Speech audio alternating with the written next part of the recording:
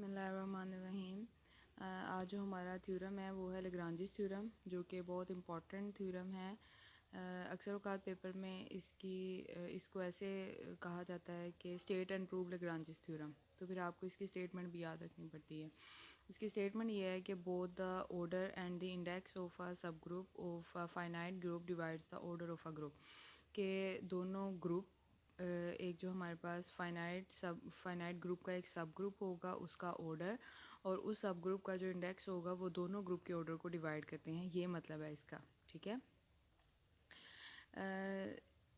Proof ये है कि लेट कर लिया मैंने कि जो एच है वो एक फ़ाइनाइट ग्रुप जी का एक सब ग्रुप है जिसका ऑर्डर एम है, और वो जो ग्रुप है फ़ाइनाइट ग्रुप उसका ऑर्डर एन है। ये ग्रुप जो एम है, ये जो ऑर्डर मैंने लिखा है एम, ये ए उसके सब ग्रुप का ऑर्डर है, ठीक है। और ये जो एन लिखा है ये उस ग्रुप का ऑर्डर है, ठीक है। और के जो है वो इंडेक्स है एज का, क्योंकि इंडेक्स किसी सब ग्रुप का ही निकालते हैं ना। और इंडेक्स हमें पता है क्या होता है, नंबर ऑफ डिस्टिंक्ट लेफ्ट और राइट कोसर्ट्स ऑफ एच इन जी। तो हमारे पास कितने डिस्टिंक्ट लेफ्ट और राइट कोसर्ट्स हमने ऐड कर लिए हैं, हमने के ऐड कर लिए हैं, ठीक है। तो सिंस ए जी का जो ऑर्डर है वो फाइनाइट है। क्यों फाइनाइट है? क्योंकि हम ऊपर ऐड कर चुके हैं कि जी का जो ऑर्डर है वो एन है, तो जी का ऑर्डर फाइनाइट है। द सेट, फिर ये जो हमारे पास एक सेट है, ये सेट बेसिकली ऐसा सेट है जिसमें कलेक्शन है उन तमाम सबसेट्स की, और ये डिस्टिंक्ट सबसेट्स हैं। और मैंने ऊपर ऐड किया था कि ये डिस्टिंक्ट सबसेट्स जो थे वो के होने चाहिए, तो ये फिर के डिस्टिंक्ट कोसेट्स ही हमने लिखे हैं, ठीक है। और कोसेट को आप पता है आप कैसे लिखते हैं कि ए जो है वो एक किसी कोसेट को लिखने की नोटेशन होती है। और अगर के कोसेट है तो फिर आप उसको इस तरह, इसकी डिस्टिंक्शन के लिए इस तरह आप लिख सकते हैं A1 H, A2 H and so on a K H, ठीक है। इसलिए मैंने यहाँ पर के लिखा है क्योंकि मैंने के कोसेट किया है। तो फिर इनका जो सेट होगा ये भी क्या होगा, एक फाइनाइट कलेक्शन हो गया हमारे पास। हमने एक थ्योरम लास्ट टाइम पढ़ा था और उसे प्रूव भी किया था कि जो late H B A subgroup of a group G, then the set of all distinct left और राइट को sets of H in G है वो डिफ़ाइन करते हैं पार्टीशन ऑफ जी। वो जी की पार्टीशन कर देते हैं। और जब पार्टीशन करते हैं तो आपके माइंड में दो चीज़ें आ जानी चाहिए कि उन तमाम डिस्टिंक्ट कोसेट्स की जो यूनियन है वो जी के इक्वल आएगी, और उनमें से कोई से भी दो आप कोसेट, मतलब उन कोसेट की जब आप इंटरसेक्शन लेते हैं तो वो जो इंटरसेक्शन आती है वो नॉन एम्प्टी आती है, ठीक, सॉरी वो एम्प्टी आती है, ठीक है। अब आगे जो आपके पास है, देखें अगर हम उस थ्योरम को यूज़ करते हैं तो उस थ्योरम का यही मतलब निकलता है कि उनकी जो यूनियन करते हैं जब हम उन कोसेट्स की, ये जो हमारे पास वो ए आई कोसेट थे, और कहाँ तक कोसेट जाएंगे, आई इज़ इक्वल टू 1 से लेके के तक, ठीक है। क्योंकि उस कलेक्शन में आपके पास वो जो कलेक्शन थी, अगर मैं आपको दिखाऊं पीछे, तो वो कलेक्शन ये वाली थी आपके पास, ठीक है। तो जब आप इसको यूनियन की फॉर्म में लिखेंगे तो फिर आप इसको ऐसे लिखेंगे, यू आई कहाँ से कहाँ तक जाएगा, 1 से के तक वेरी करेगा, और यहाँ फिर मैं ए की जगह पर आई लिखूँगी, और ए चूँकि सब में सेम है तो फिर एच वैसे ही रहेगा, ठीक है। और फिर ये किसके बराबर होगा अकॉर्डिंग टू दिस थ्योरम, वो जी के बराबर होगा, क्योंकि बाय यूजिंग दिस थ्योरम यही जो कोसेट की कलेक्शन है वो जी की पार्टीशन करती है। इसका मतलब इसकी यूनियन जो है वो जी के बराबर आएगी। और दूसरी चीज़ क्या आती है कि उनकी जब हम इंटरसेक्शन करते हैं तो वो क्या आती है, एम्प्टी आती है। यानी कि ये जो दोनों डिस्टिंक्ट होंगे उनकी जब हम इंटरसेक्शन करेंगे वो एम्प्टी आएगी। अब हमारे ये चीज़ तो हमने डिफ़ाइन कर दी। अब हमारा मेन जो हमने काम आगे करना है वो ये है कि हम एक मैपिंग डिफ़ाइन कर रहे हैं, यानी कि अब हम एक फ़ंक्शन डिफ़ाइन कर रहे हैं एज से, इस एज सब ग्रुप से लेके उसके एक कोसेट पर, ठीक है। वो सब ग्रुप किस टाइप का होगा। अब यहाँ पर सवाल ये अराइज़ होता है कि हम ये काम क्यों कर रहे हैं, हम यहाँ पर मैपिंग क्यों डिफ़ाइन कर रहे हैं, हमें मैपिंग की क्यों ज़रूरत पड़ गई है कि हम इसको नेक्स्ट प्रोसीड करने के लिए ये मैपिंग इस्तेमाल कर रहे हैं। बेसिकली अगर आपने बाइजेक्शन का बाइजेक्टिव मैपिंग का नाम सुना हो तो उसमें क्या होता है, वो फंक्शन जो 1 भी होता है और ऑन टू भी होता है। और बाइजेक्टिव फंक्शन का ये फ़ायदा होता है कि वो हमें ये बताता है कि जितने नंबर ऑफ़ एलिमेंट्स इसमें हैं उतने ही नंबर ऑफ़ एलिमेंट्स इसमें हैं, अगर उन दोनों सेट्स के दरमियान में आप बाइजेक्शन प्रूफ कर देते हो तब। तो ये जो मैंने मैपिंग डिफ़ाइन की है, मैं यही काम करूँगी कि मैं ये जो फ़ाइल लिया है मैंने एक मैपिंग डिफ़ाइन किया है। क्योंकि अक्सर अगर मैं जनरल बात करूँ तो जब हम फंक्शन डिफ़ाइन करते हैं, हम ए से बी तक एक फ़ंक्शन डिफ़ाइन करते हैं, तो उसको हम लिखते कैसे हैं, एफ़ ऑफ ए। ये जो ए स्मॉल ए लिखा है ये इसे कैपिटल ए का एलिमेंट होता है, और ये किसके बराबर आता है, बी के। और ये जो बी एलिमेंट होता है ये सेट बी का एलिमेंट होता है। तो हमने इस फंक्शन को भी डिफ़ाइन करना है इस तरह ये जो मैंने नीचे लिखा हुआ है कि phi of capital A small H is equal to A I, और ये स्मॉल एच, वेयर जो स्मॉल एच है वो कैपिटल एच को बिलोंग कर रहा है, ठीक है। अब अगर मैंने ये शो कर दिया कि ये जो मैंने मैपिंग डिफ़ाइन की है ये 1 1 भी है और ऑन टू भी है, तो इसका क्या मतलब हो जाएगा, इसका ये मतलब हो जाएगा कि जो एलिमेंट एच में है, जितने नंबर ऑफ़ एलिमेंट्स एच में हैं उतने ही number of elements a I H में, क्योंकि अभी तक हमें ये नहीं पता कि A1 एच में, A2 एच में and so on a K H में कितने नंबर ऑफ़ एलिमेंट्स हैं, ठीक है। हमने ये प्रूव करना है कि जितने नंबर ऑफ़ एलिमेंट्स एच में हैं उतने ही number of elements A1 H में भी होते हैं, H2 एच में भी होते हैं and so on a K H में भी होते हैं, यानी कि जितने भी उसके कोसेट्स बनते हैं ना उन सब कोसेट्स में उतने ही एलिमेंट्स होते हैं जितने कि आपके एच में होते हैं। वो एलिमेंट्स नहीं होते, यानी कि अगर आप कहें कि एच में एलिमेंट है 1 2 3 तो A1 एच में भी 1 2 3 एलिमेंट होना, ऐसे नहीं होना। उनकी तादाद के लिहाज से मैं बात कर रही हूँ कि उनकी तादाद सेम होनी है, ठीक है।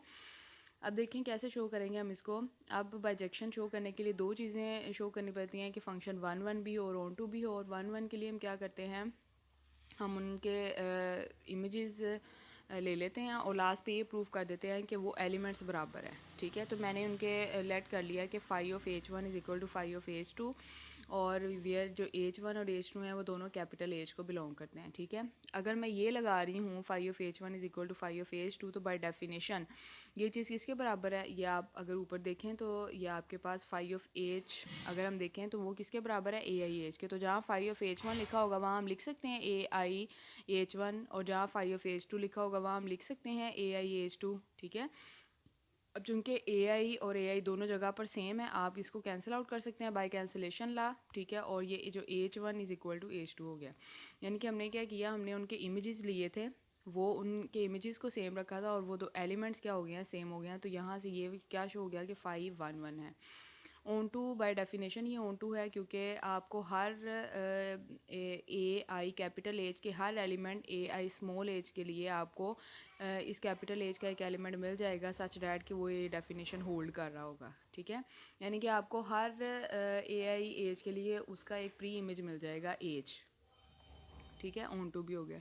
अब अगर ये 1 1 भी हो गया, ऑन टू भी हो गया, तो मैंने आपको यहाँ पर एक डेफिनेशन बताई थी कि जब ये कोई फंक्शन बाइजेक्टिव होता है इसका ये मतलब है कि दोनों सेट में नंबर ऑफ़ एलिमेंट्स की तादाद जो है वो बराबर है। इसका मतलब वो क्या हो गया, so the number of elements of H and A I H are same. इसका मतलब है कि जितने एलिमेंट्स आपके एज में हैं और उतने ही A1 एज में भी हैं, H2 एज में भी हैं and so on a K as में भी हैं। इन जनरल आप ऐसे कह सकते हैं कि ए आई एज में भी उतने ही एलिमेंट्स हैं, ठीक है। Since H has m elements so each H I A I H, जितने भी ए आई एज हैं उन सब में भी कितने एलिमेंट्स होंगे, m एलिमेंट्स होंगे। तो फिर हम इसको ऐसे लिख सकते हैं, जो हमारी इक्वेशन नंबर ए थी वो यही थी हमारी इक्वेशन नंबर ए, उसको मैंने ऐसे ये इक्वेशन नंबर ए लिखी। तो इक्वेशन नंबर ए को हम ऐसे लिख सकते हैं, जी की जगह पर मैंने उसका ऑर्डर लिखा है, ठीक है। आप ऐसा करें, एक स्टेप यहाँ से आप खुद इंक्लूड कर लें कि आप इसको इस फॉर्म में लिखें, इसका ऑर्डर, इसके ऑर्डर की शक्ल में। और जब आप इसका ऑर्डर लिखेंगे ना, तो जब हम ऑर्डर की फॉर्म में लिखते हैं तो फिर ये यूनियन ख़त्म हो जाती है। फिर हमने इसके एलिमेंट्स की तादाद बतानी होती है और फिर वो हर एलिमेंट की क्या तादाद होगी, आप यहाँ से एक स्टेप और इंक्लूड कर सकते हैं, वो मैं आपको यहाँ पर इंक्लूड करके दिखाती हूँ कैसे आप इंक्लूड करेंगे। ये अगर मेरे पास G is equal to union I is equal to 1 से के लिखा हुआ है और ये ए आई एच लिखा हुआ है, तो फिर आपने क्या करना है, आपने यहाँ पर इसके ऑर्डर की नोटेशन लगानी है। और जब हम ऑर्डर की बात करते हैं तो फिर इसका क्या मतलब हो गया कि जी का ऑर्डर किसके बराबर हो गया, यहाँ से हम A1 एच का ऑर्डर अलग कर देंगे प्लस A2 एच का ऑर्डर अलग लिखेंगे, ठीक है, plus and so on plus a K H का ऑर्डर अलग लिखेंगे, फिर यूनियन ख़त्म हो जाएगी, ठीक है। तो एन का ऑर्डर क्या, जी का ऑर्डर क्या था, वो एन था। A1 एज का ऑर्डर क्या है, एम है, प्लस A2 एज का ऑर्डर क्या है, एम है, प्लस चलते जाएंगे और फिर लास्ट पे क्या आएगा, ए के वाला, उसका ऑर्डर क्या है, उसका ऑर्डर भी एम है। तो ये कितनी दफ़ा मैंने एम लिखा है, मैंने एम के टाइम्स लिखा है, ठीक है।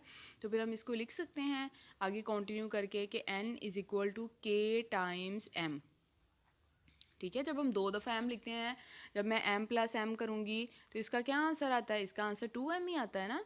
तो अगर मैं के दफ़ा एम लिख रही हूँ तो इसका आंसर क्या आएगा मेरे पास, फिर इसका आंसर मेरे पास यही आएगा KM। तो मैंने ये ऊपर वैसे ही लिखा है, ठीक है। ये ऊपर जो मैंने नोटेशन लिखी है ये, ठीक है। तो ये जो मैंने ऊपर नोटेशन लिखी थी ये मैंने ऐसे ही लिखी थी। तो अब यहाँ से ये वाली चीज़ आप लिख सकते हैं, ठीक है, के टाइम्स वाली।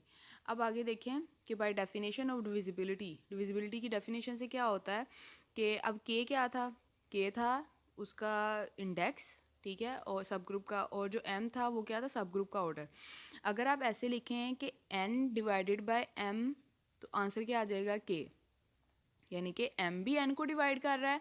आप ऐसे भी लिख सकते हैं एन ओवर के इज इक्वल टू एम, ठीक है, यानी कि दोनों चीज़ें क्या कर रही हैं, वो उसको यानी कि हम यहाँ से देख सकते हैं कि दोनों चीज़ें जो हैं वो ऑर्डर एन को डिवाइड कर रही हैं, ठीक है। और यहाँ पर आप मेंशन कर सकते हैं कि जो एम है और के है both divides N, where M is the order of H and K is the index of H in G, hence the proof, ठीक है। ये आपका लेग्रांजिस थ्योरम था। इसमें कोई डिफ़िकल्टी हो तो आप मुझसे पूछ सकते हैं, और ये जो स्टेप मैंने इसके अंदर इंक्लूड किए हैं वो आप इसमें लिख लीजिएगा ताकि आपको समझ आए कि आपने ये एम एम एम क्यों लिखा है, ठीक है, और कितनी दफ़ा लिखा है। और बाकी इसमें कोई इशू हो तो आप मुझसे डिस्कस कर सकते हैं। नेक्स्ट हमारा जो थ्योरम है वो है क्रोलरी है इसकी, कि जैसे हमने बात की थी कि एलिमेंट सब ग्रुप का ऑर्डर और उसका इंडेक्स जो है वो दोनों ग्रुप के ऑर्डर को डिवाइड करते हैं। इसी तरह अब इसकी क्रोलरी ये है कि जो ऑर्डर ऑफ एन एलिमेंट, जो एक एलिमेंट का ऑर्डर होता है ग्रुप के, एक फाइनाइट ग्रुप के एलिमेंट का ऑर्डर भी ग्रुप के ऑर्डर को डिवाइड करता है, ठीक है। ये अब हम प्रूव करेंगे। Let G be a finite group, ठीक है, जिसका ऑर्डर एन है। ए मैंने एक एलिमेंट ले लिया जी में से, then then the order M of A is also finite, ठीक है। अब ए जो है वो जी का ऑर्डर है, तो ए जो है सॉरी जी को बिलोंग कर रहा है, और जो एम है वो ए का ऑर्डर है, ठीक है, और ए का ऑर्डर भी क्या होगा हमारे पास, फाइनाइट होगा, ठीक है। तो ए का ऑर्डर भी हमारे पास क्या होगा, यहाँ पर फाइनाइट है। लेट मैंने कर लिया H B a cyclic subgroup of G generated by a. मैंने लेट कर लिया यहाँ पर कि एच एक सब ग्रुप है जो कि साइक्लिक सब ग्रुप है, और वो जो है वो ए से जनरेट हो रहा है। अगर वो ए से जनरेट हो रहा है तो इसको फिर हम ऐसे लिख सकते हैं, ए एम, ए के ऊपर एम इज़ इक्वल टू ए के बराबर है, ई के बराबर है। वो क्यों मैंने लिखा है ऐसे, क्योंकि यहाँ पर जो ऊपर आप कहते थे कि ए का ऑर्डर जो है वो एम है, तो जी, तो यहाँ पर हमारे पास जो ए का ऑर्डर है वो एम है, क्योंकि वो हमारे पास ऊपर उसने बता दिया था कि ए का ऑर्डर एम है। तो जब हम ए जो है वो एक साइक्लिक ग्रुप जब हम जनरेट जी, तो यहाँ से हमें क्या चीज़ पता चलती है कि जो हमारे पास ए का ऑर्डर है वो एम है, और ए का ऑर्डर हमारे पास एम है, और जो एज है उसका ऑर्डर भी एम होगा। क्यों, क्योंकि ए जो है वो एज का जनरेटर है, और अगर ए एज का जनरेटर है तो जो ए है वो एज पूरे को जनरेट कर रहा है। और मैंने आपको एक बात बताई थी कि जो ऑर्डर सब ग्रुप का होता है वही ऑर्डर उसके जनरेटर का भी होता है, ठीक है जी। तो अब यहाँ से क्या चीज़ हमारे पास शो हो रही है कि जो सब ग्रुप का ऑर्डर है वो है एच, और जो जी का ऑर्डर था वो एन। तो लाग्रांजिस थ्योरम के थ्रू हम क्या बात कर सकते हैं कि ग्रुप का जो सब ग्रुप का जो ऑर्डर होता है वो ग्रुप के ऑर्डर को डिवाइड करता है। ये चीज़ हम लिख सकते हैं। तो ग्रुप का सब ग्रुप का ऑर्डर था एम, ग्रुप का ऑर्डर था एन, इसका मतलब है एम एन को क्या कर रहा है, डिवाइड कर रहा है, ठीक है। आपको पता होगा, आपने ये नंबर थ्योरी में पढ़ लिया होगा कि इस लाइन का क्या मतलब होता है और इस लाइन का क्या मतलब है, ठीक है। इसका ये मतलब है, इस लाइन का ये मतलब है कि एम एन को डिवाइड कर रहा है, इस वाली लाइन का मतलब होता है एन एम को डिवाइड कर रहा है, ठीक है। तो ये ज़रा ध्यान से, अब मैंने ये लाइन लिखी इस तरह लिखा है, तो इसका मतलब एम एन को डिवाइड कर रहा है, वेयर एम जो है वो ऑर्डर है। अब यहाँ पर एम किसका ऑर्डर है, एम एज का भी ऑर्डर है, और एम आपने ऊपर पढ़ा था एम ए का भी ऑर्डर है, ठीक है। तो यहाँ से फिर क्या शो हो गया कि वो जो एलिमेंट का ऑर्डर है वो भी ग्रुप के ऑर्डर को डिवाइड करता है, ठीक है। नेक्स्ट हमारे पास है क्रोलरी 2.27 के एक फाइनाइट ग्रुप जी जिसका ऑर्डर प्राइम नंबर हो वो नेसेसरीली साइक्लिक होता है। यानी कि finite group G whose order is a prime number is necessarily cyclic, वो लाजमी तौर पर साइक्लिक होता है जिसका ऑर्डर प्राइम नंबर होता है, ठीक है। यानी कि फॉर एग्जांपल जैसे हम Z7 की बात करें तो Z7 जो है वो इसका ऑर्डर क्या है, 7, तो ये साइक्लिक ग्रुप है, ठीक है। अगर हम Z11 की बात करें तो ये एक साइक्लिक ग्रुप है, ठीक है। तो इस तरह जो है वो बहुत आसानी हो जाती है अगर किसी सब ग्रुप का किसी ग्रुप का ऑर्डर जो है वो प्राइम नंबर आ जाता है। तो हम इस थ्योरम के थ्रू बात कर सकते हैं कि वो साइक्लिक है। ठीक है।